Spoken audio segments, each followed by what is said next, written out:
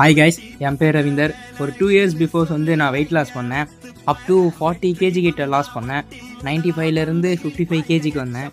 இப்போ அதை ஏன் சொல்கிறேன்னா, என்ன தான் வெயிட் லாஸ் பண்ணியிருந்தாலும் இந்த லூஸ் ஸ்கின் அப்புறம் இந்த பெல்லி ஃபேட் வந்து போக வைக்கிறது ரொம்ப கஷ்டமாக இருக்குது.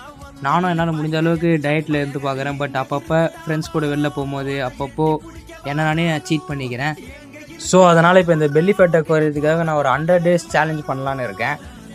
அந்த சேலஞ்ச் பண்ணால் உங்களுக்கு ரிசல்ட் தரணுன்றதுக்காகவாச்சும் நான் கொஞ்சம் டிசிப்ளினாக இருப்பேன். அதனால தான் என் சேலஞ்ச் பண்ணலான்னு இருக்கேன். இப்போ இதுதான் என் பாடி கண்டிஷன். பார்த்தீங்க, அந்த லூஸ் ஸ்கின் வந்து எவ்வளோ தான் இருக்குது. பின்னாடி பெல்லி ஃபேட் பார்த்துருப்பீங்க. பைசப் ஆப்ஸ்லாம் எவ்வளோ தான் இருக்குது. ஆப்ஸ் கூட மேலே தெரியும், கீழே வந்து அந்த லூஸ் ஸ்கின் அதிகமாக இருக்கும். ஸோ இந்த 100 டேஸ் சேலஞ்சை வந்து அக்யூரேட்டாக மெஷர் பண்ணுறதுக்காக நான் வந்து மெஷரிங் டேப்பில் மெஷர் பண்ணேன்.